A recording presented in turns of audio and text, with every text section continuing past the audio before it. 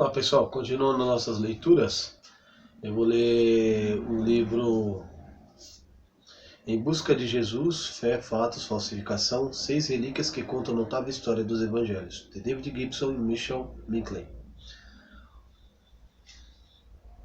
A verdade histórica por trás das escrituras sagradas fascina tanto os fiéis como os não fiéis.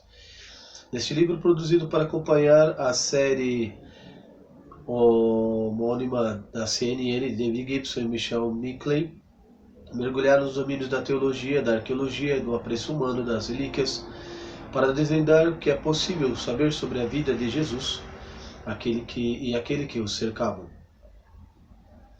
Foram examinados 6 artefatos ou relíquias que ampliam a compreensão da Judéia do século I, dos homens e mulheres próximos a Jesus, daqueles que posteriormente seguiram o homem que acreditava ser o Messias. Busca-se ainda compreender por que Cristo sobrepôs com tanta força os outros personagens bíblicos, como João Batista e o apóstolo Paulo, que rivalizaram em importância com ele na hierarquia da religião dentro do contexto dos primeiros cristãos.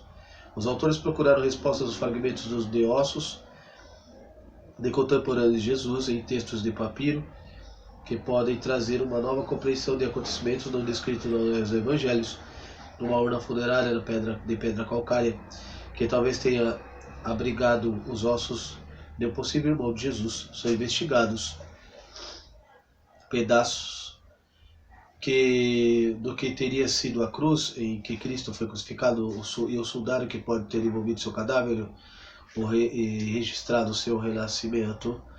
São também analisadas as biografias de João Batista, Maria Madalena e de Judas Iscariotas, para entender que esses indivíduos revelam sobre a natureza, sobre o Nazareno. Ao contar as histórias desses artefatos em busca de Jesus, tenta solucionar os antigos enigmas sobre a autenticidade das célebres relíquias. David Gibson é um premiado jornalista, diretor de cinema, especialista em cobrir temas da Igreja Católica, que contribui para veículos como The New York Times, Wall Street Journal, Revista Fortune. Michael Minkley, também autor, jornalista, roteirista, cineasta premiado, escreveu diversos livros e escreveu o roteiro de Sacred Bell, assim como tantos outros documentos para a CNN. Em Busca de Jesus, David Gibson, Michel Minkley, 6 relíquias que contam a notável história dos evangelhos para as nossas famílias. Sumário, nota do autor. Introdução. Quem é Jesus? 1. João Batista, Messias rival, ossos da discórdia. Ossuário de Tiago, a mão de Deus ou o crime do século. Maria Madalena, prostituta, apóstola, santa ou esposa de Jesus. O Evangelho de Judas, a maior novela policial do cristianismo. A verdadeira cruz, suficiente para encher um navio. A mortalha e o sudário, Jesus da história, Jesus do mistério. Agradecimentos, biografia. Nota dos autores. Os seguintes especialistas apareceram na série da CNN Fighting Jesus. E citamos trechos de suas entrevistas neste livro.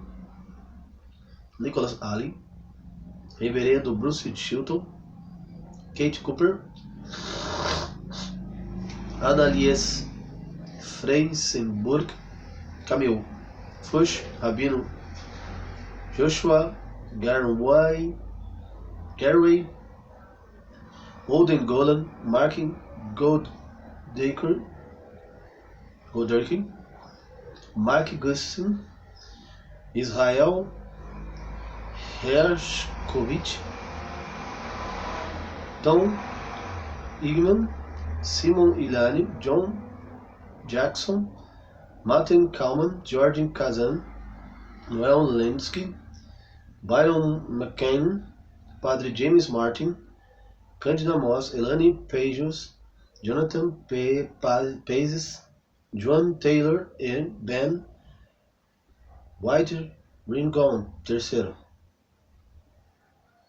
Todas as referências às escrituras são retiradas da Bíblia de João Ferreira de Almeida. Por último, o acordo com as práticas correntes, de acordo com as práticas correntes, a ex antes da era comum e ex era comum. Ao longo do livro, em vez de AC, DC. Introdução: quem é Jesus? A pergunta deve ser feita no presente do indicativo, porque para os crentes, Jesus é Deus. Existe aqui agora como sempre existiu. Jesus, o mesmo de ontem, hoje e sempre.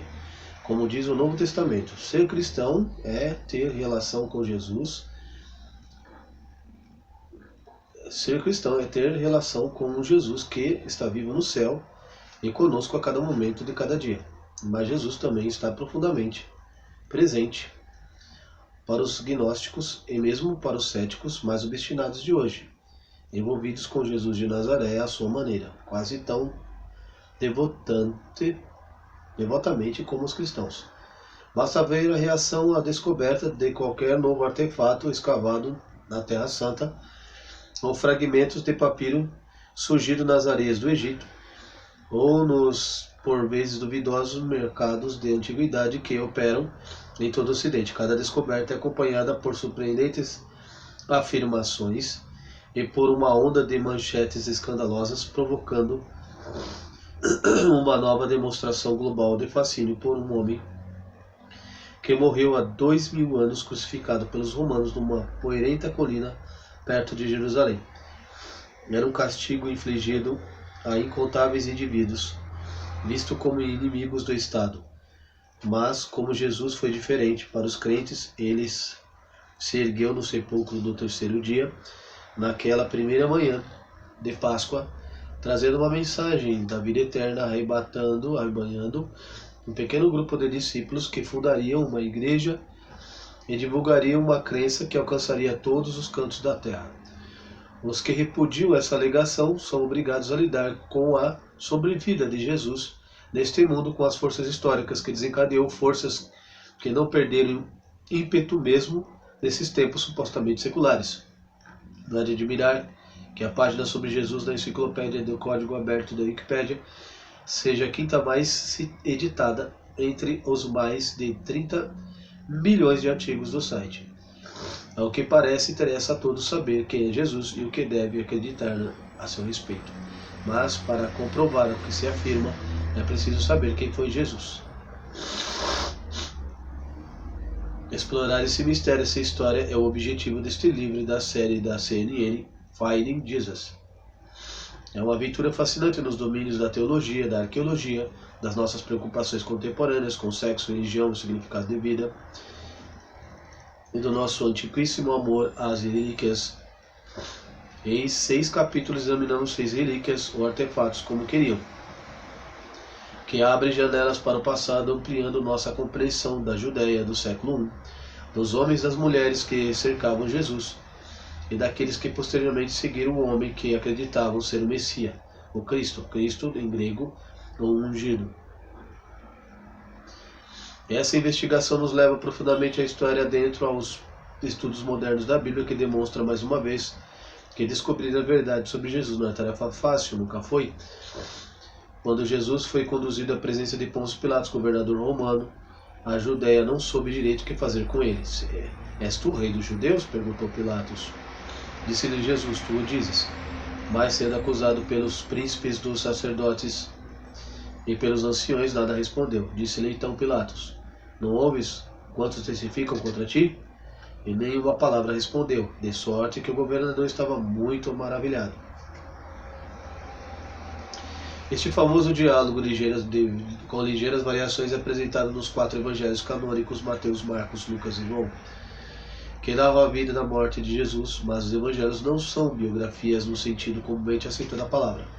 Contam a história de Jesus, mas acima de tudo com o objetivo de explicar porquê, entre aspas, de sua vida, a mensagem dos seus ensinamentos, tanto quanto mostrar quem, o que, quando e onde. É por isso que diferentes evangelhos tratam de diferentes aspectos da vida de Jesus. 2 apresentam versões do seu nascimento, 2 não. Apenas um menciona alguma coisa sobre Jesus, sobre sua infância e seu aparecimento como figura pública, mais ou menos aos 30 anos. Variando os detalhes e por vezes narram a mesma história de formas diferentes, ou até contradizem uns aos outros, neste ou naquele bom pormenor. Durante séculos isso não chegou a ser um problema, a vida de Cristo era aceita sem discussão. As versões diferentes significam apenas que os pregadores dispunham de uma fonte de material mais profunda, onde se abeberá em um maior repertório de significados para iluminar, desenvolver, refinar até embelezar as histórias. Não eram necessariamente maus hábitos. As histórias da Bíblia e as infinitas imagens em pedra ou em tela que a representam poderiam conduzir pessoas à essência da fé. O cristianismo era basicamente uma questão de crença, e era isso que provocava a discórdia entre os crentes, às vezes resultados fatais. Mas quando as guerras religiosas assolaram a Europa no século XV2, deram lugar à Idade da Razão do século XV3, tudo mudou. A tradição foi submetida à averiguação racional e o dogma científico, e quando não correspondia aos padrões do iluminismo, eram descartados. A história sobre Jesus dos evangelhos merecia enfoque especial. Assim nasceu a chamada primeira busca de Jesus histórico, uma investigação encabeçada pelos protestantes alemães, que atraiu o olhar crítico dos estudos modernos para as Sagradas Escrituras e acabou reescrevendo o Novo Testamento, dando-lhe forma frequentemente escandalizavam os fiéis.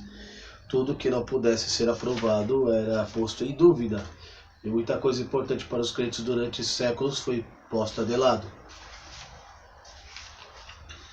Talvez o exemplo mais famoso e sugestivo dessa abordagem seja a Bíblia de Jefferson, versão do Novo Testamento que Thomas Jefferson, como talentosa cria do iluminismo, produziu em seus últimos anos, cortando literalmente todas as passagens das Escrituras sobre milagres, alegações sobrenaturais, deixando os ensinamentos éticos de Jesus, que Jefferson julgava aceitáveis. A primeira busca terminou em 1906, com a publicação do volume que deu o nome ao fenômeno, A Busca do Jesus Histórico, de Albert Schweitzer. O autor, o luterano, que posteriormente ganhou renome mundial como humanista no oeste da África, foi agraciado com o Prêmio Nobel da Paz em 1952 e concluiu que o Jesus histórico continuará a ser um estranho e um enigma para a nossa época. Mas Jesus não seria deixado de lado tão facilmente. Uma palestra proferida em 1953 por outro estudioso alemão, Ernest Cassiman, sob o título Problema do Jesus Histórico, lançou a chamada segunda busca, que utilizou a crítica textual e outras modernas ferramentas de estudo para tentar mais uma vez solucionar esse problema. A segunda busca foi comparada por diversos achados arqueológicos notáveis, como a descoberta acidental dos manuscritos do Mar Morto por um pastor beduíno, que fizeram pela Bíblia, que a descoberta de 1922 do túmulo de rei Tutankhamon fez por tudo que era egípcio. De repente, a arqueologia bíblica se tornou um assunto popular. Até aquele momento não era. Segunda busca parecia ter chegado à conclusão lógica em 1970, porém o Jesus histórico mais uma vez continuou a espicaçar a imaginação ocidental, e nos anos de 1980 a nova geração de estudiosos, usando um conjunto totalmente novo de ferramentas e tecnologia, lançou o que veio a ser chamado terceira busca. Esta ainda não há sinais de esgotamento por diversas razões. Uma delas é que estudiosos cristãos estão mais envolvidos do que nunca nessa investigação. O uso da ciência e história não apenas para provar suas crenças, e usando ciência e história não apenas para provar suas crenças, o que com grande frequência resultou num constrangimento intelectual, mas também para instruir sua fé e mostrar ao público desconfiado que a fé e a razão podem conviver em harmonia. Buscas anteriores de Jesus histórico costumam ser denominadas por detratores do cristianismo, que tentam desacreditar a religião, ou por cristãos interessados em raspar o verniz de mito para cavar mais a fundo e recuperar sólidas pepitas de verdade que tinham sido sepultadas. Resgataram o profeta judeu original, que pudesse falar de uma nova maneira de um mundo moderno. Esses esforços, porém tende por ciência, religião e conflito, a fé e a razão trabalham uma contra a outra. Tais investidas também levaram projetos duvidosos, como o Seminário Jesus, uma organização informal com cerca de 150 estudiosos que durante os anos de 1980 e 1990 usou um sistema de contas coloridas para votar sobre o que julgava merecedor de confiança nos evangelhos. No fim, acabou lançando uma série de dúvidas sobre 82% das palavras atribuídas a Jesus e 84% dos seus feitos, resultado ainda pior do que a Bíblia de Jefferson, com uma metodologia que especialistas mais ortodoxos julgavam deficiente. Mais recentemente, alguns eruditos, blogueiros e partidários de teorias conspiratórias chegaram a ressuscitar a teoria de que Jesus não existiu, ou ainda a ver como o homem retratado nos evangelhos, ou nada tinha a ver com o homem retratado nos evangelhos, e que sua vida, morte e ressurreição era na prática um boato. Tais argumentos se tornaram tão recorrentes que Bart Ehrman, destacado especialista no Novo Testamento da Universidade de Carolina do Norte de Chapel Hill, escreveu um livro para refutá-los. Em 2012, Ehrman não tinha nada a perder ou ganhar nessa briga. Pelo contrário, embora tenha sido criado como evangélico, mais tarde se tornou agnóstico convicto. Apesar disso, escreve, abre aspas, a realidade é que, seja o que for que se pense sobre Jesus, ele existiu, fecha aspas. Provas irrefutáveis de sua existência, porém, continuam difíceis de encontrar. Jesus não deixou nada escrito, nem relíquias corporais, além de alguns artefatos implausíveis, como o famoso prepúcio de Jesus. Outra história é pura invenção. Sua existência é mencionada na passagem de 2 historiadores do século I, mas, fora isso, que temos basicamente são os evangelhos.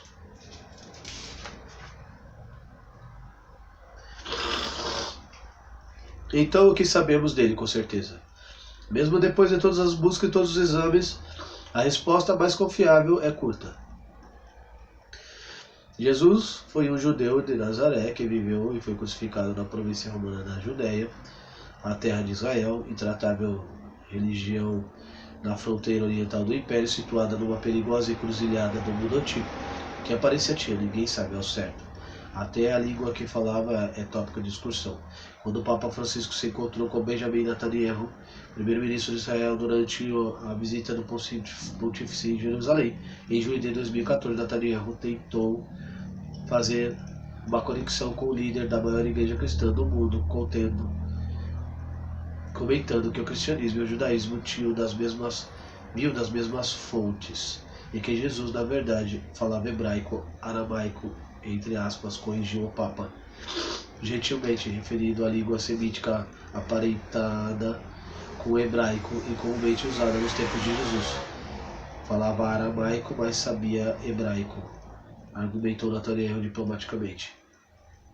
Ora, o grego também era amplamente usado na época e com frequência misturado com o hebraico e aramaico. O uso da língua pelos judeus de antigamente era muito parecido com o espanhol. A mudança de uma língua para outra dependendo do que se dizia de quem era o intelector.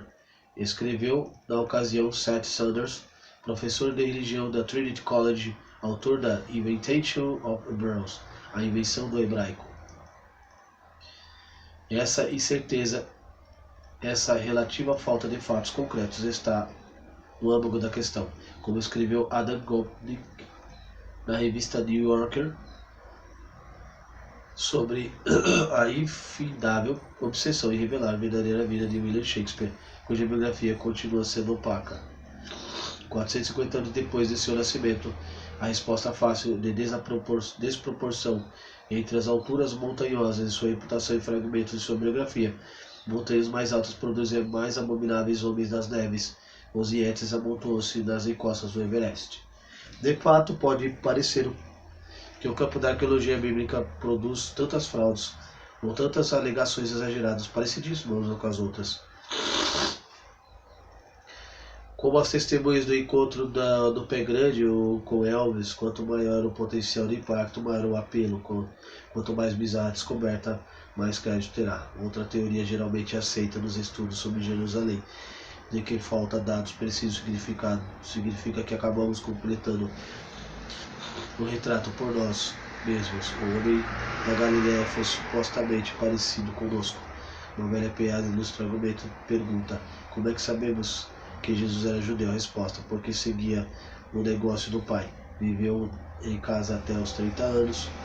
Achava que a mãe era virgem e a mãe achava que ele era Deus. Basta acrescentar algumas variações.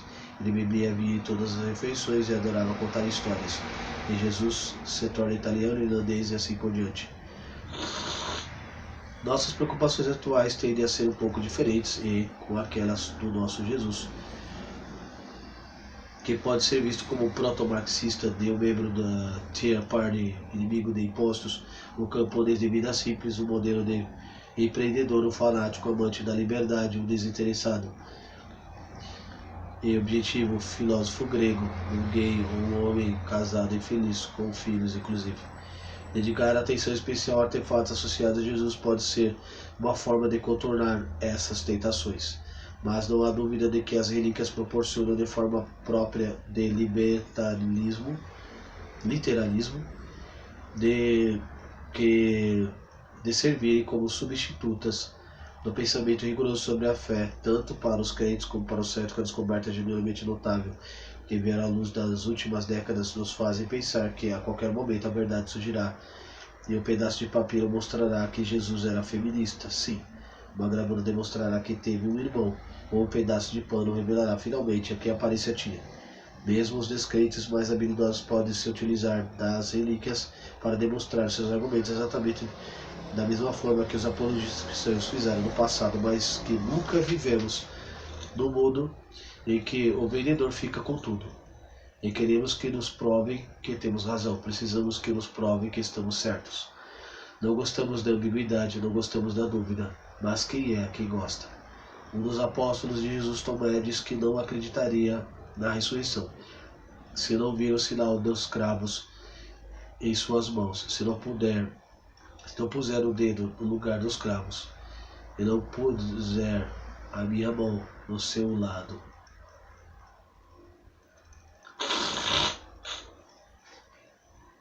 Felizmente para Tomé, essa oportunidade veio quando Jesus apareceu diante dele. Quanto a nós, temos que nos contentar com os outros objetos, não menos fascinante. Neste livro, nós, como Tomé, que precisamos ver para crer, buscamos resposta em fragmentos de ossos de contemporâneos de Jesus, em textos e papiros que podem ou não nos trazer uma nova compreensão de acontecimentos não descritos nos evangelhos, numa urna funerária de pedra calcária que talvez tenha contido os ossos do irmão de Jesus. Examinamos os pedaços do que pode ter sido a cruz onde Jesus foi crucificado, o sudário que pode ser envolvido no seu cadáver, o registro de seu nascimento para esta vida. Exploramos a vida de João Batista, Maria Madalena, Judas Iscariotas para ver que as biografias das pessoas mais próximas de Jesus nos dizem sobre Nazaré. Objetos associados a Jesus sempre exerceram forte atração. Os evangelhos contam que uma mulher que sofreu de hemorragia durante 12 anos abriu o caminho da multidão em torno de Jesus, convencida de que se eu tão somente tocar-lhe o manto, ficarei sã. E assim foi. As pessoas hoje em dia não parecem menos atraídas por objetos associados a atletas famosos, celebridades, e se forem relíquias ligadas aos mortos, são muito mais poderosas. Mas objetos que examinamos nas páginas seguintes, com a possível exceção do sudário de Turim, não são necessariamente relíquias milagrosas, do tipo adorado por fiéis ou repudiado por descrentes, como David Hume, filósofo escocês do século X, que, numa tirada famosa, define o milagre como uma violação das leis da natureza.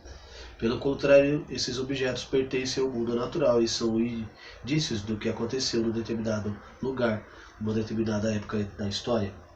Esses objetos têm a capacidade de nos tirar de dentro de nós e nos transportar a uma época em um lugar que não são nossos, na esperança de descobrirmos alguma coisa sobre Jesus, que eles são filtradas pelas lentes de distorção do nosso próprio desejo. Artefatos são, em certo sentido, um raro ponto de concordância entre crentes e céticos, no lugar onde a ciência e a religião podem encontrar, não como adversárias, nem como inimigas, mas como peregrinas numa mesma viagem, seja para onde for essa jornada as conduza.